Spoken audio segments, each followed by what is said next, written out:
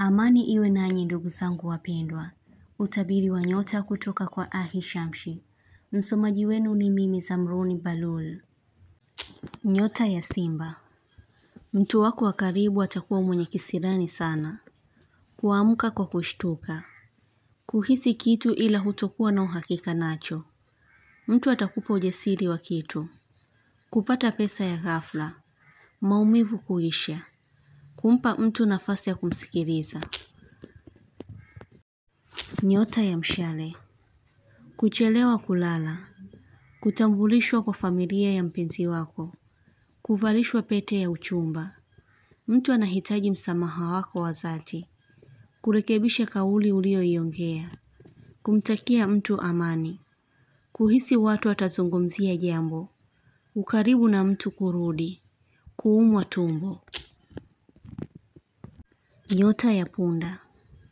Ulichokiwazia kuweza kutimia. Kuachana na mtu msumbufu.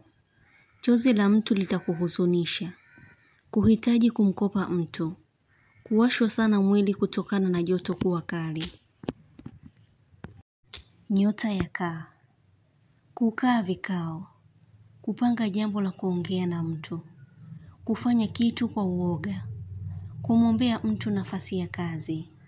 Kutafutwa sana na ndugu upande wa baba yako. Utajiondosha kwenye upinzani.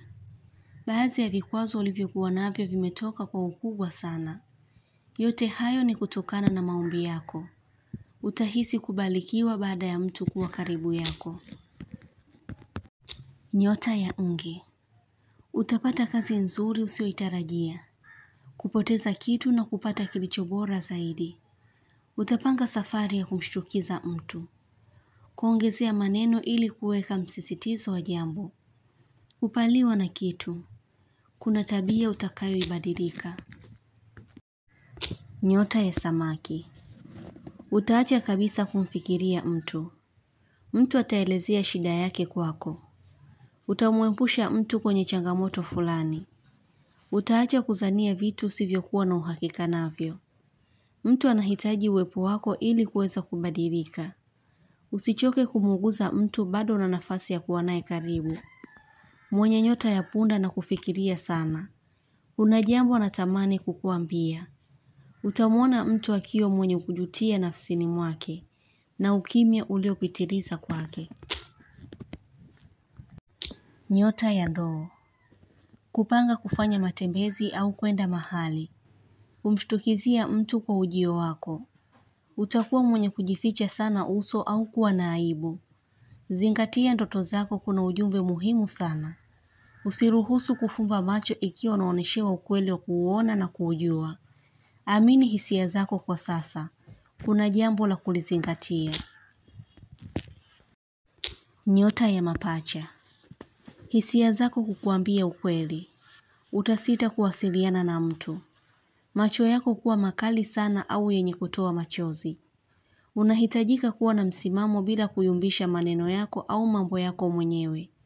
Tafakari, amua na fanya utekelezaji. Kutembelea sehemu ya zamani au ulioipeza.